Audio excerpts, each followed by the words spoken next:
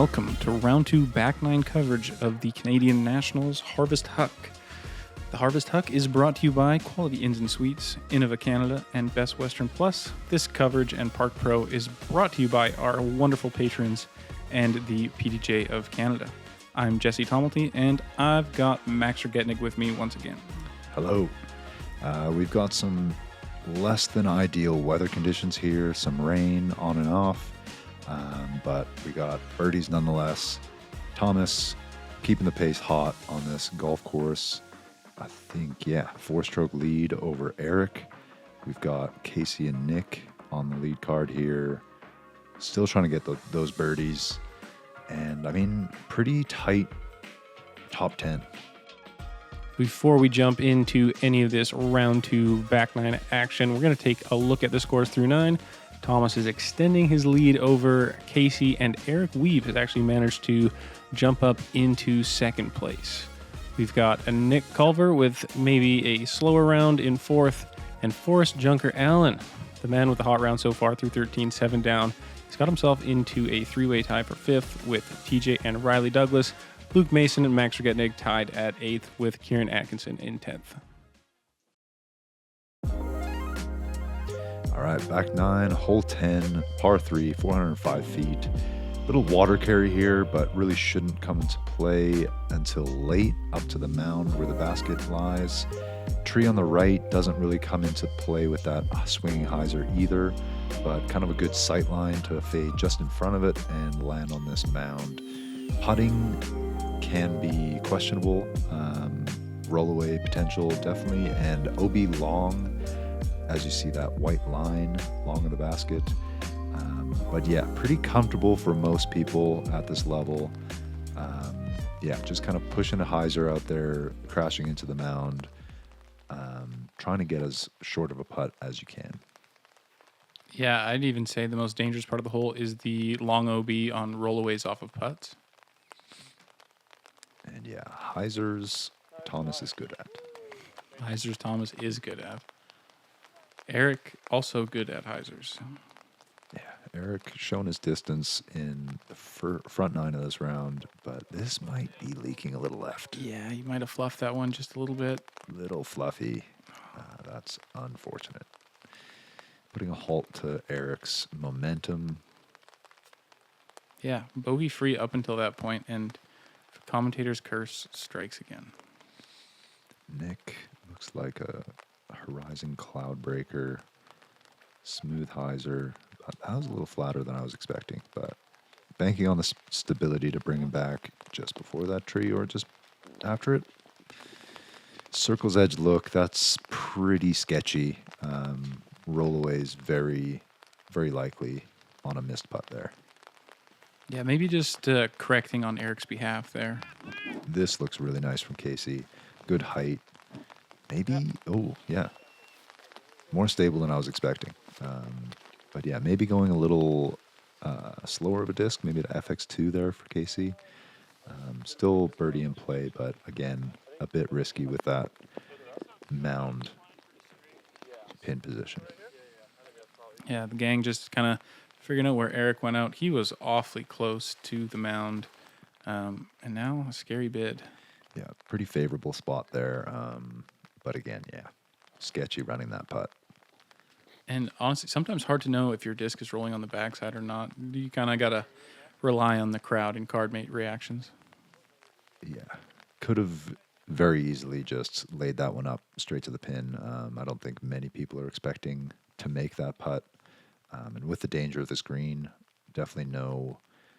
a bit of a yank there from Nick, but nestles not too far from the pin. Yeah, like you mentioned in the first round, getting the right amount of dryness is really tough. Might have dried too well and got a sticky disc there.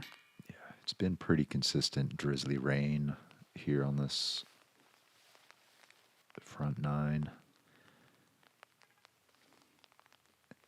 Thomas, another birdie for the boy. Yeah, kind of surprising to see a solo birdie there, just considering the challenge of the hole, but things are looking very, very good for Mr. Gilbert. Yeah, hole 10 definitely playing on the... where is it? on the harder side, actually. Fourth hardest hole on the course, but probably just comes down to that OB possibility of fluffing it OB to the left. And then, yeah, Nick showing another wrinkle to this hole is the putting difficulties. Tough to be confident on this green with all the rollaway potential. Get another look at Thomas's perfectizer here. Just seeing it sit up at the apex of the flight to get enough push before the stability of the disc takes over and puts him in a nice putting position. Yeah, definitely a advantage going that vertical, but I mean with the hill susceptible to some rollaways, but I think you would take a spike over the lower shot any day.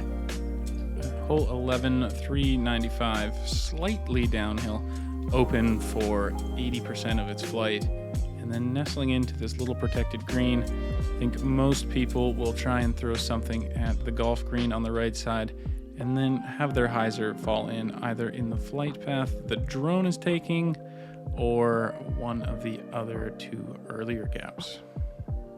Yeah, heavily guarded green, but most of the trees are around that circle's edge distance, so as long as you're getting close to those trees, you should have a putt.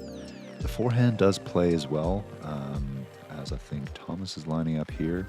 You just have that one tree to miss outside of that clump, and that's a little turned over and long. Wow. But yeah, just in front of that furthest tree on the left, and you're laughing. You're right into the circle by those trees. Yeah, most people would have practiced this course in dry conditions, and I feel like the left side forehand's a lot more forgiving when you get a skip off the fairway. Very nice effort from Casey there, nestling around 22 feet for the birdie. And yeah, I mean, the flip up backhand down this little corridor here is just right there. I don't think there's too much risk in throwing that shot. The forehand kind of feels like you're leaving all the risk to hit the trees later, so you should be closer. But yeah, in the rain, sometimes you can, be a little overestimate how much pop you need on the disc, and yeah, Thomas just left his a little left, and Nick on the dance floor, circle's edge. Yeah, that's a job well done, I would say. Just give yourself a look.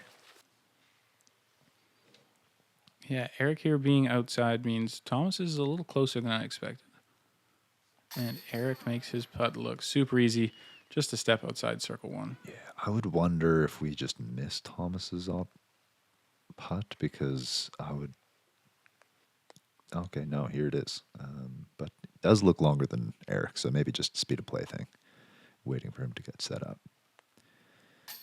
Dang, good bid. Had to kind of ante one in there with the trees, but yeah, I mean, a mistake flipping over his drive as much as he did, but lucky to have that opportunity for birdie.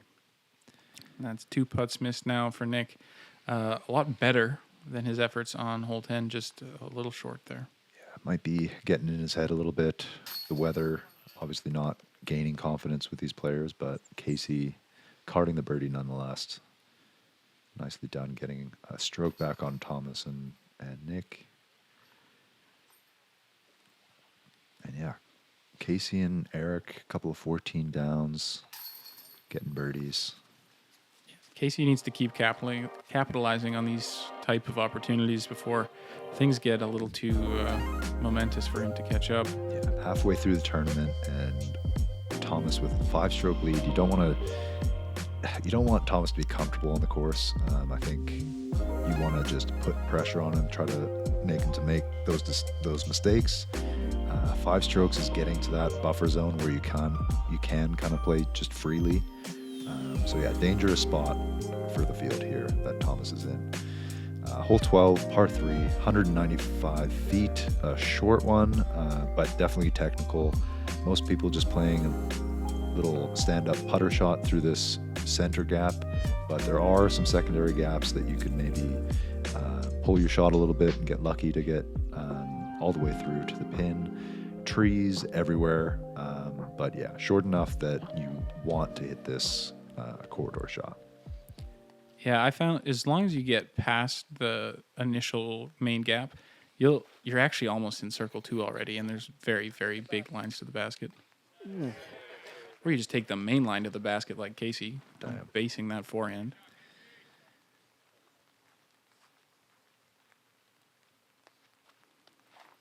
Yeah, not the easiest hole in the course, but still playing a third of a stroke under par. 19 birdies on the day. So the top echelon of players are wanting to get this too. And a little touch forehand from Thomas. And he's in the circle. Or edge of it. And here we got that sensei from Nick. Likely just a little hyzer flip down the middle. A little overcooked, but he's finding that secondary gap. And yeah, you're happy with that. It's a great grouping from this lead card. I think it would be very difficult for these guys to find a bogey here, but it is easy to find a par with an early tree. Yeah. Par definitely feels, I mean, it's not birdie. You have to get the birdie because you can obviously hit those trees, but a par does kind of feel like a failure. Well, and as to your stats, you are losing a stroke to about a third of the field by not getting this one. Yeah. And looks like our lead card is not going to lose that third of a stroke, or stroke to a third of the field. Second star frame of the round. Yeah, these guys are heating up as the weather is improving, and we'll see if they can do it as pretty as Casey does this one. And everybody knows he is so synonymous with that A-series forehand shot, and he's shown you that reputation is well earned. Yeah, ringing up the pin. Yeah, these forehand flip-ups are a thing of beauty. Erik, I think he needs to up the rating points on his forehand game, on his player card. And yeah, TJ coming into the top 4 there with a 6 down through 13. Forrest as well, keeping strong, 8 down through 16. That's really solid. Myself, Riley, and Nick all at 12 down with Forrest. And we got Luke Mason and a Shade Harrison sighting, which I think he's from the U.S. as well. Through 18 holes, 8 down for the day. Solid work for him. Hole 13 is a 277-foot par 3, which asks you to put your disc high in the air. This grouping of trees protects the basket very aggressively late in the flight. They are bushy and tough to get around if you end up pinched off. A lot of guys are going to throw big sweeping hyzers with maybe an overstable mid-range to try and plunk this one on the basket, which is directly under our drone now. The forehand side is also very open. It is kind of a pick which way you want to swing it around the trees and just get your distance control figured out. Yeah, a bit of a lazy hole, I would say. Coming in at the easiest hole in the course, there isn't much to it. You just have to get past this bushy clump in front of the basket, and even if you don't, if you just play it left or right of it, you can still find the circle, as Casey does. But yeah, 63% of the field birdieing this hole. You would expect nothing less than a star frame from our lead card. And Erik going more vertical and going a little long. I find if you're going for those high shots, you kind of have to play a stall to make it not go too far. Yeah, coming in at 277 feet, it is really just a chip shot. And this looks perfect. A little hot as well. Yeah, these guys aren't doing that stall shot that you're talking about, but I do think the most successful shots the weekend I saw were kind of getting that nose up a little bit even and then falling out of the sky above the basket. Yeah, I like this line, but yeah, a little wide for the shot, but yeah, maybe a little bit of a tug on that the sidearm from Nick, But yeah, coming in on that left side, it just felt like there was less swing that you had to put on the disc. And yeah, birdie looks from all our lead card, but Erik finding chains, but not the bottom of the basket. Looks like circle's edge for Nick. See if he can get the putter back, and he does. Nice birdie from Nick. Good bounce back. Yeah, there's still a lot of golf in this round, and getting that confidence back in the putt is paramount for Nick if he wants a chance at, an easier fight for the podium tomorrow. Yeah, wet hands, wet disc. It's just tough to maintain that confidence in the release and the putter. But Thomas keeps it going. 21 down through, 31 holes of golf. He's scorching hot. Yeah, scoring just about 2/3 of every hole he's played. And he's got 6 strokes on this lead card already. Yeah, that's a comfortable lead for Thomas. It almost feels like his tournament to lose already, and that's kind of crazy to be saying only halfway through the tournament. Second look at this beautiful putt from Nick. Trying to build that confidence back. Getting some love from the crowd. And yeah, oh, do we wish the weather was like these drone flyovers. Hole 14, par 3, 353 feet. Getting out to the longer distances of the course. Backhand, forehand, both play here. Just kind of getting it to this clump of trees. It's not a huge ask, but it does shade some of the putting angles here with the low hanging limbs. I would say, yeah, what is it, hole 14? Playing middle of the pack, so not everybody getting those birdies, maybe just from the longer distance, but here we get the downpour. Yeah, you are feeling the wrath of the sky, and like you said, largely those trees allow you some plinko opportunities to stop you near the basket and really only serve to obstruct the putts from certain angles. Thomas leaving it a little low, catching the grass too early, more or less taking the birdie out of play. And yeah, Nick going for the straight backhand. Beautiful angle on this shot. Wow. That is a great shot after whipping out the Kleenex on the tee box to get that puppy dry. Absolute park job. Very well done. Nick's building some steam. Had a couple putting woes on hole 10, but since then he's been stacking birdies. Casey going with a forehand and getting all the way there. He might have to contend with that low-hanging branch, but I think you'd take that spot any day. Surprised to see Erik go with the forehand here after how smooth he's been on the backhand and seeing the success that Nick had. Yeah, it seems like he's very confident in the upshot forehands, just the touch forehands, but maybe putting a little extra power on it is where he loses the confidence in the forehand. And yeah, we are getting the bulk of the storm right now. I believe it started hailing at one point, so you're going to see some, either very large raindrops or full-on hail. I remember having a shorter putt than Casey has right now at this time, and I was not confident I was making it. Yeah, I had played much earlier in the day, and I usually like to stick around to watch you or Casey or anybody else finish their rounds out, and I remember this is the moment where I said, Caitlin, get in the car, we're going home. Not today. Not the day to hang around. This was definitely the worst time of the round. It seems like they were a little fortunate to be at least under this canopy. But yeah, not ideal conditions right now.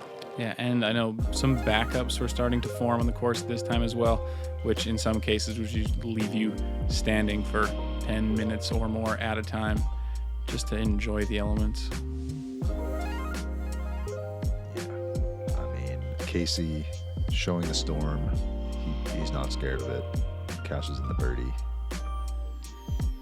Hole 15. This is one of the more touchy holes. Elevated basket with OB green on the left, OB road on the right. The basket just past the narrowest point of the choke. You'll see a lot of forehand, backhand hyzers, something spiky that's going to stick in. Personally, I was partial to the backhand. Just in case you leak it a little bit inside, the slope protecting the green might slow your disc down a little bit. Otherwise, dealer's choice, throw what you're comfortable with and make the putt on the elevated basket. Yeah, definitely a hole that warrants a raised basket, and oh boy, we still have the downpour. Yeah, just when the course starts to ask for the most touch you have, it gives you the hardest conditions to do it in. Yeah, hole 15 coming out the second easiest hole, but inopportune timing for the storm will definitely not play that easy. Casey does a really good job there, playing the forehand just over that ridge, putting himself just out of bullseye. And yeah, just miserable conditions right now. Yeah, Tom is barely taking any time on the tee, just getting lined up and letting it go so he can get back to staying dry. Puts it a little long. It's not the most comfortable range with OB behind the basket.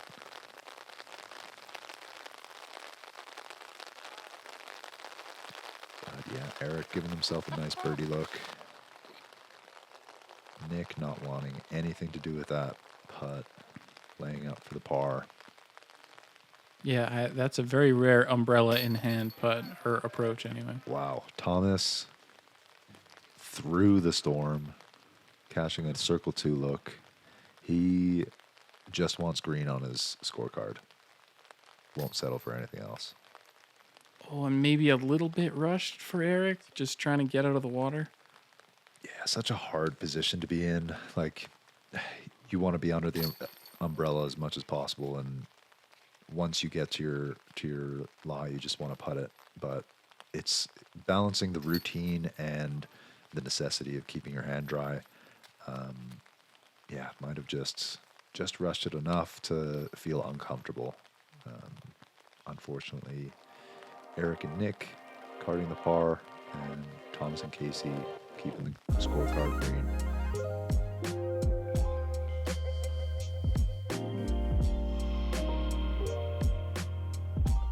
Thomas with his hood up, looking like a kid hanging out at the skateboard park, but making putts like a national champion right now. That is a putt.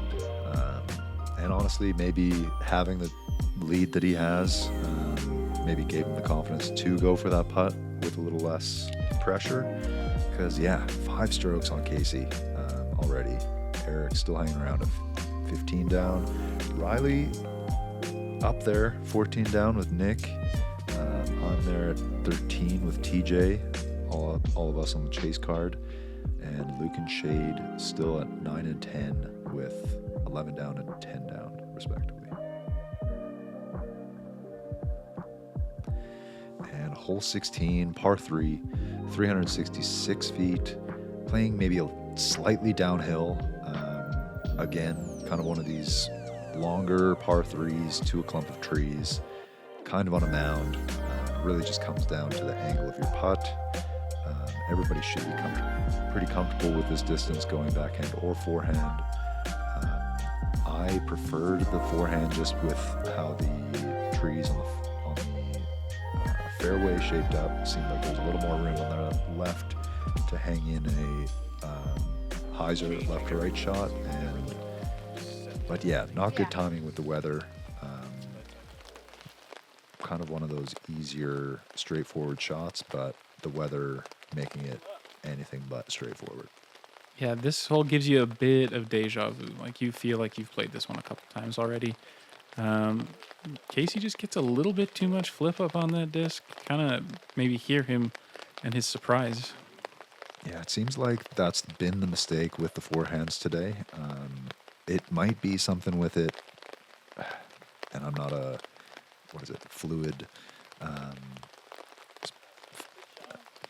physicist? Don't even know. Fluid dynamics. Dynamicist. If the frisbees get flippier in the wet stuff, I think that might be the case. If you're, throwing a forehand in the rain, maybe it gets a little more flip than you're used to. But that seems to be the case with our card today. But Nick going with that straight, maybe a mid. Yeah, I want to say fairway. that's probably an MD3 or something like that. Yeah, same disc he threw on the similar hole a couple holes ago. Yeah, laser straight. It just looks like a misrelease or bad line. And speaking of misreleases, Erik's let this one go early. A couple early releases there. It also could be getting to the round where you have no more dry towels, and your hands are pruny, your hands are wet, and you can't really do anything about it. We're getting down to it, but this whole round has been more or less wet, so it's hard to prepare yourself for a day like this. You don't know how many towels you can bring or you need to bring. But yeah, definitely could be the case of just everything's getting saturated, and hands aren't working how they usually do. A little bit of a roll for Casey, but not the worst. He's going to go to that straddle stance to try and navigate this tree. And yeah, these greens do get awkward with the trees getting in the way, but more or less you should have the opportunity to straddle and have a clean look, so you can't really fault anybody for, oh, I'm inside the circle but don't have a putt. You probably do have some kind of a straddle. But Thomas getting a stroke on the card, not that he needed it. Yeah, not a hole where you'd necessarily expect that to happen either. But yeah, perfect forehand. Okay. Calculated the fluid physicists' calculations perfectly. Hole 17 takes a little bit of physics as well to keep you out of the fluid. It is a par 4 of 541 feet. Any drive that gets around this tree the drone is passing on the left is good for you. Maybe settling in a little bit left is easier as you approach this basket, which is surrounded by OB water. In these conditions, you don't know what kind of skip and slip you'll get. So just putting anything out there that gives you a nice, easy, low-pressure approach is the key to success. Yeah, you have all the space in the world on the left, so I would imagine we're going to see something big from Thomas. I mean, weather dependent might be taking a little bit off, but yeah, the only mistake you can make is turning something over too much. Other than that, it's pretty much bombs away. And bombs are away. Yeah, that's probably almost pin high. And it didn't quite pan, but I was expecting it to be right there. But yeah, definitely jump putt range probably for Thomas from there at 541 feet for a par 4. Not a problem for a person of Thomas's capabilities. that's left, but that's absolutely fine. Like I said, now you're looking straight at the basket instead of trying to swing something in. Yeah, one of those holes that you don't really take yourself out of birdie position unless you really yank this drive. But the closer you are, the less the OB long right is going to come into play. So, yeah, you definitely have no reason not to go for the big distance shot here. This is scary for Erik. This could be OB. Just a little too flippy. No real reason to go that flippy with everything on your left being safe. And a rare sun sighting. The sun is shining. Yeah, one of those moments. Ed Hedrick is watching your tournament, vanishes the weather. Crazy juxtaposition there with the dark clouds behind them now, and we had blue skies on the other side. And we've got our rainbow sighting, not just on Casey's umbrella. Casey going for the trusty A3, and yeah, that's why people know him for that disc. Trust he has in that disc.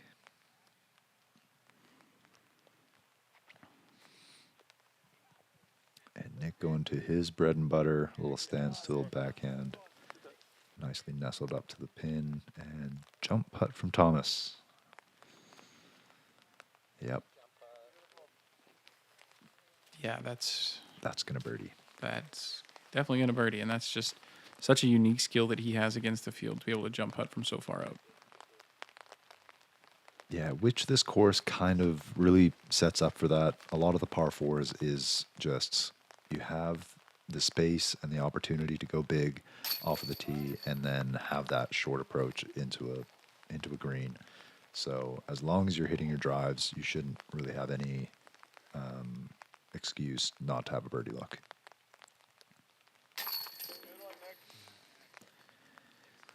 And Erik, unfortunately, carding the bogey from that errant drive. Still 14 down. I'm not sure if that's going to be close to the lead card bubble there, but he's been showing us he belongs on that lead card. Yeah, a couple of odd mistakes with the OB, the finding the water twice so far. Definitely avoiding those mistakes would have had him in a lot more competitive position.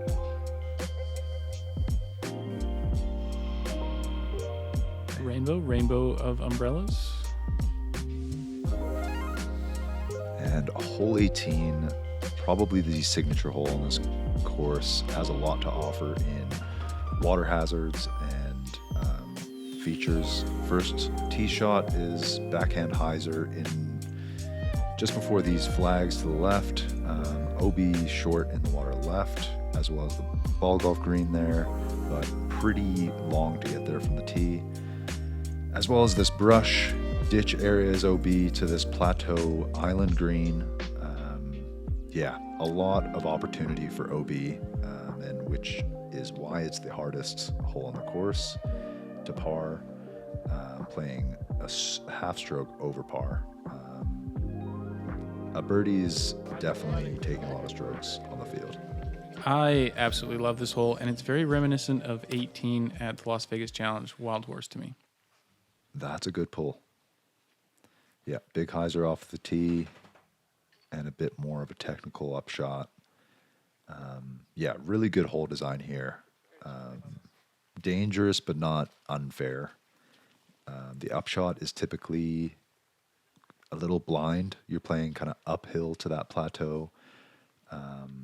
Definitely slippery with that short grass up there. OB long, short. But yeah, Casey looks like to really put a move on this disc. It is pretty easy to flip something up too straight and find the OB long there.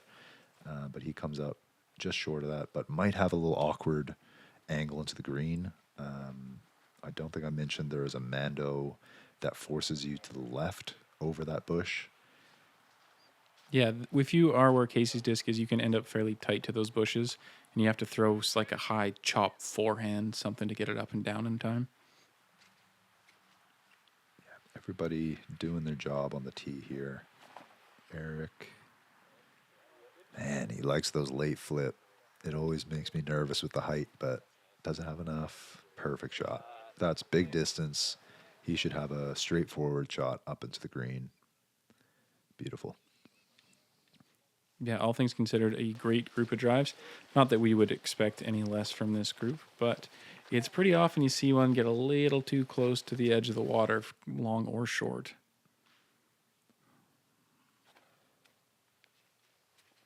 Yeah, you see Thomas might not have been able to see the basket from his exact lie, but does a good job putting it straight up on the plateau and having a putt for birdie there. Yeah, nice to have that get some breaks as well. The green very small and punishing with its out of bounds. Yeah, you can see Nick stepping out to see where the pin is, having to go with this turnover. Very technical shot, maybe a little overturned. And slides out the back. That's tough. Yeah, the green, little more than 20 feet on each side. And yeah, Casey having to go with his forehand over the bushes. And wow, just cleared that ridge. Any shorter, and that's OB short, and maybe throwing on this side of the ravine. I think there was a drop zone maybe for that reason, but yeah, that could have been a disaster for Casey there. But tap in birdie, and a birdie look for Erik as well. The pressure of your round definitely culminates into the upshot on 18, and it's really easy to let this one get away from you. Yeah, here you can see that really short grass and then OB right behind the basket. So really slippery green. And Nick not able to save the par. It's unfortunate. We were seeing his putting build and build over these last few holes. I definitely thought he was going to have that one. Yeah, scary putt with the OB behind the basket as well. Thomas not scared of it. That is a lot of green on that scorecard. Yeah, that's crazy. 5 pars, 13 down. Yeah, Thomas is not messing around. And a well-deserved birdie for Erik. Finishing his round 6 down, a couple bogeys, but still a lot of birdies there. And Casey, that's a really solid round as well. I think Thomas that's an exceptional round, 13 down. 10 down, I think that's kind of that level of you're moving up on the scoreboard with a 10 down. Yeah, that, could have been the hot round of the day for, any other year. Yep. And that man right there, leader of the tournament, comfortable. One more round at the ski hill after this, and a 6-stroke lead on Casey. Yeah, there's a lot of work to do for anybody that wants to catch Thomas Gilbert. Casey also comfortably 4 strokes ahead of the T3, Riley Douglas and Erik Wiebe. The battle for third looks like it will be an absolute bloodbath, though. So many players here in striking distance. Yeah, Erik staying on that lead card, going back to the ski hill. TJ, Nick, myself, and Forrest on the chase card. And Luke and Shade staying solid on that top 10 with their 7 and 8 unders respectively. Good golf being played there. Yeah. Can Thomas Gilbert hang on to first place? Can Casey Hanemayer give him a little bit of a fight? And who will end up taking that final podium spot? You will find out in round 3 on Park Pro. Subscribe and subscribe to the Patreon.